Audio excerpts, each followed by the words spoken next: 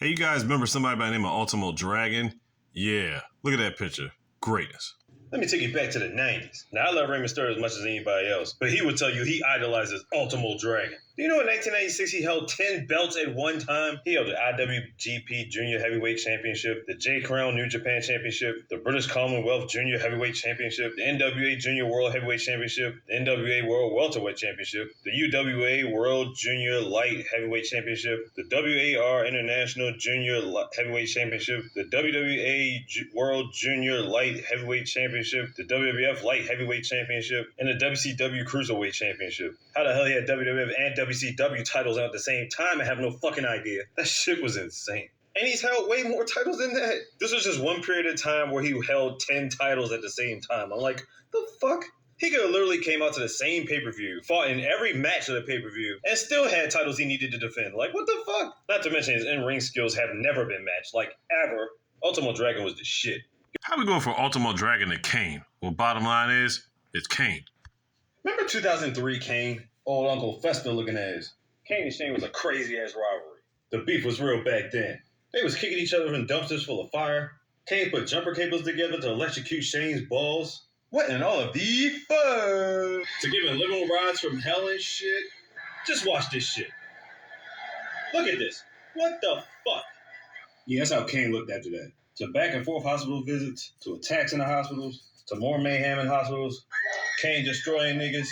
That's what he does best. Whipping ass. Lady, you gotta get it too. Oh, y'all get it.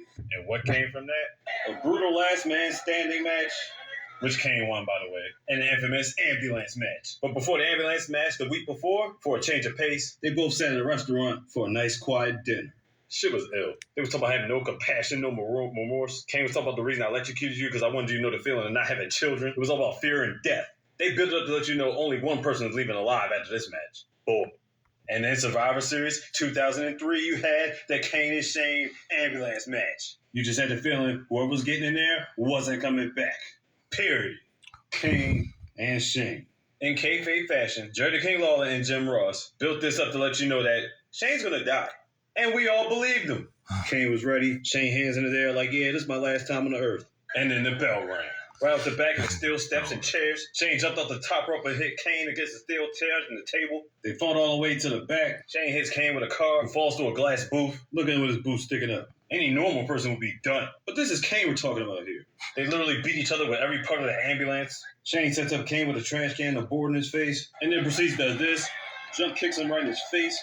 But then Kane's had enough. He got pissed off. He launched on Shane through every window of the fucking bus, ambulance truck that is. Tombstones him, throws him in the truck, shuts the door. Kane wins. Shane McMahon is dead. Happy Kane. Mayhem at his fucking fun. See, the whole thing about the Kane situation was this. Austin was trying to turn him back into a monster. Kane had this match against Triple H. Triple H put the heavyweight title on the line. Kane put his mask on the line. Triple H won due to interference. Kane had to unmask. At that time, RVD was his tag team partner. He turned on RVD and chokeslammed him. Straight turned heel. After that, he thought people was making fun of him. And he was basically trying to make everybody feel his pain. He was going around lighting people on fire and shit. Lit Jim Ross on fire. He just wanted to burn everybody.